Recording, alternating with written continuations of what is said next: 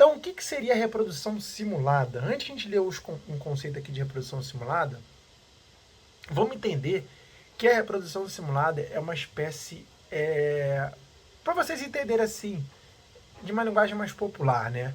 É como se fosse o perito fosse dirigir um filme ou dirigir um teatro, por exemplo. Por quê? Porque ele é o perito que vai ficar na gestão, né? Vai pegar o número de pessoas necessário, o material necessário, para tentar reproduzir o mais fielmente possível aquele crime que ocorreu, a partir do relato de testemunha, dos autos do processo, tá? E responder os quesitos que a justiça manda, tá bom? Por exemplo, né? Naquele crime foi possível ouvir tiro na posição que aquela pessoa estava naquele momento, ou é possível que aquela pessoa tenha tomado tiro enquanto estava fazendo tal coisa, né? Então esse é o processo da reprodução simulada. Então o que então é a reprodução simulada, né? A reprodução simulada dos fatos, que a gente conhece popularmente como reconstituição do crime, tá? Consiste na encenação da conduta delituosa com o propósito de esclarecer a dinâmica do fato delituoso, auxiliando na formação do convencimento do juiz ou dos jurados, né, quando tiver o tribunal do júri, sendo um importante meio de prova típica, mas não regulada. Tá? No Código de Processo Penal, a reprodução simulada encontra-se prevista no artigo 7. Tá certo? Vamos ver o que diz o artigo 7.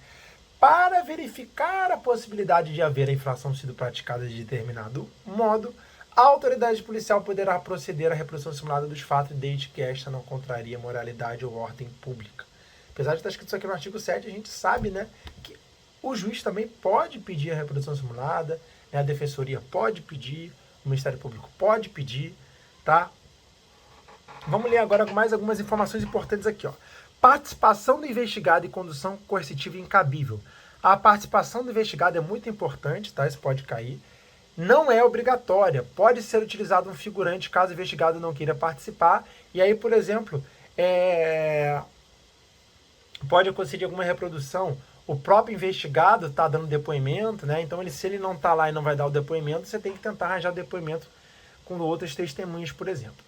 É incabível sua condução coercitiva, já que não pode ser obrigado a fazer prova contra si mesmo, tá? Tá na nossa Constituição. Nemo tenetur e degere, tá? Inclui o direito de ficar clarado, se degere, na verdade, desculpa, inclui, não sou operador de direito, tá, pessoal, desculpa. E inclui o direito de ficar calado e não ceder seu corpo, parte do seu corpo, substância do seu corpo para a produção de prova, né? Você não é obrigado a fazer nada que vai gerar prova contra você mesmo. Significa que o investigado não tem qualquer obrigação de colaborar, né? Como diz aqui.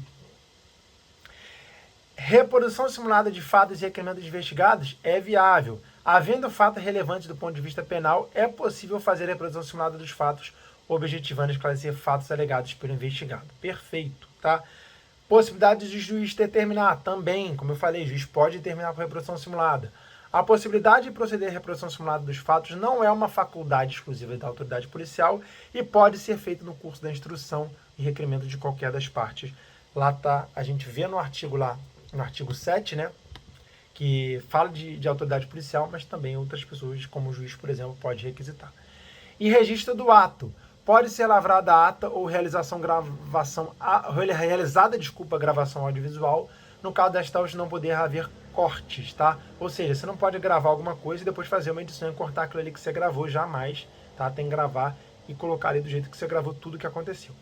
Cortes prejudicam, porque na verdade, né, como diz aqui, cortes prejudicam a confiabilidade da simulação. Não se estaria esclarecendo dúvida, mas confeccionando prova. Perfeito?